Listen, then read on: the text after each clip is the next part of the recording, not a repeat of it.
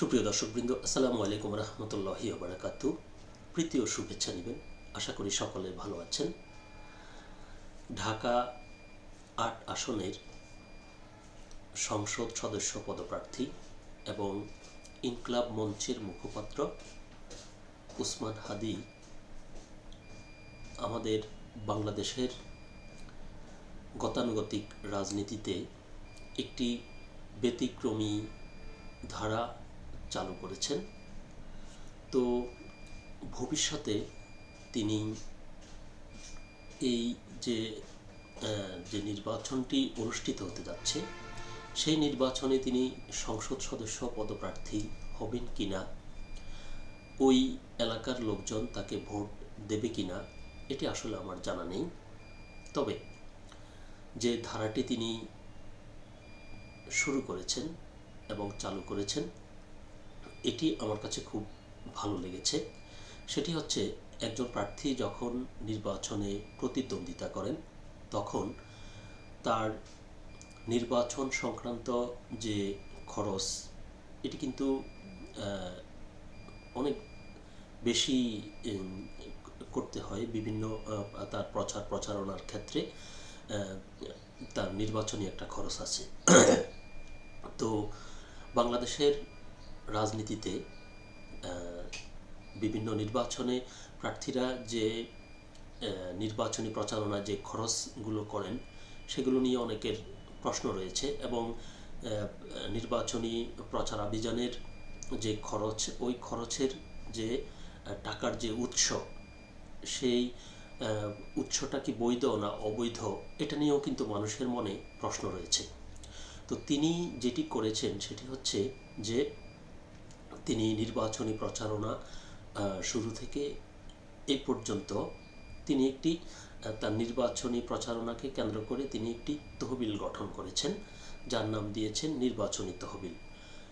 এবং তিনি যেদিন থেকে এটি গঠন করেছেন সে থেকে প্রতিনিয়তই তিনি তার ফেসবুক পোস্টে এর আপডেট দিচ্ছেন যে এ পর্যন্ত তার কত টাকা অনুদান হিসেবে তাকে যারা ভালোবাসেন তারা বা সাধারণ মানুষ তাকে দিচ্ছেন।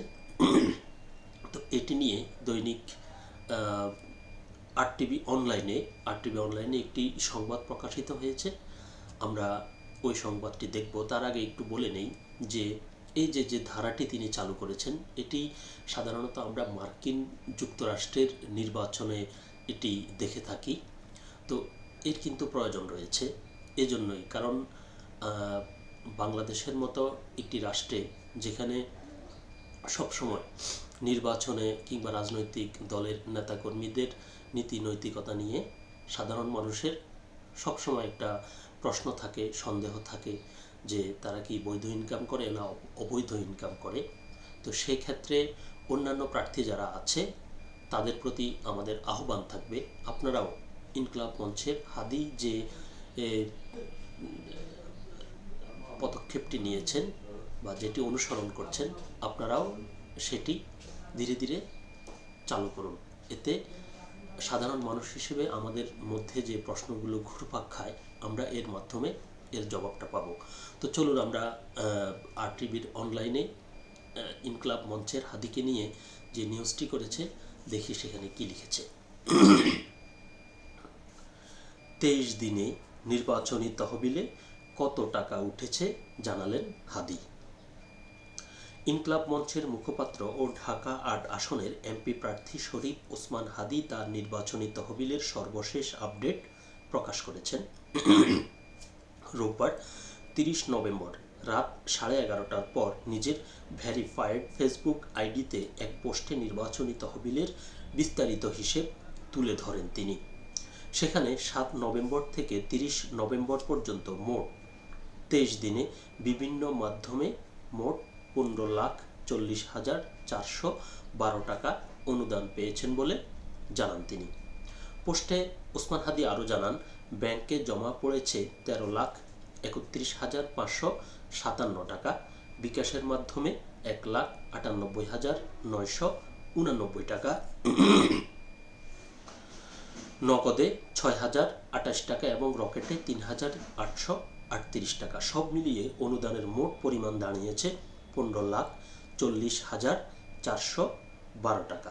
তিনি বলেন, নির্বাচন শেষে ডোনারদের গোপনীয়তা রক্ষা করে সকল অনুদানের ব্যাংক স্টেটমেন্ট সহ পূর্ণাঙ্গ হিসাব প্রকাশ করা হবে। এখনও যারা তার ক্যাম্পেইনে সহযোগিতা করতে চান তারা নির্দিষ্ট অ্যাকাউন্টে অনুদান পাঠাতে পারবেন। তার নির্বাচনী প্রচারণায় জনগণের অংশগ্রহণ ও স্বচ্ছতার বার্তা তুলে ধরে তিনি সবাইকে পাশে থাকার আহ্বান জানিয়েছেন। এটি শুরুতে যে কথাটি বলেছিলাম যে তিনি নির্বাচিত হবেন কিনা এটা আমি জানি না, এটা ওই এলাকার ভোটাররা ভালো বলতে পারবেন তারা তাকে যোগ্য মনে করেন কিনা বা তারা তাকে ভোট দেবেন কিনা।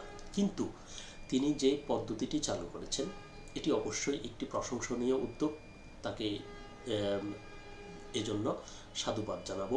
এবং বাংলাদেশে জাতীয় সংসদ সদস্য পদপ্রার্থী অন্যান্য প্রার্থী যারা রয়েছেন অন্যান্য রাজনৈতিক দলের, আশা করি তারা ওসমান হাদির এই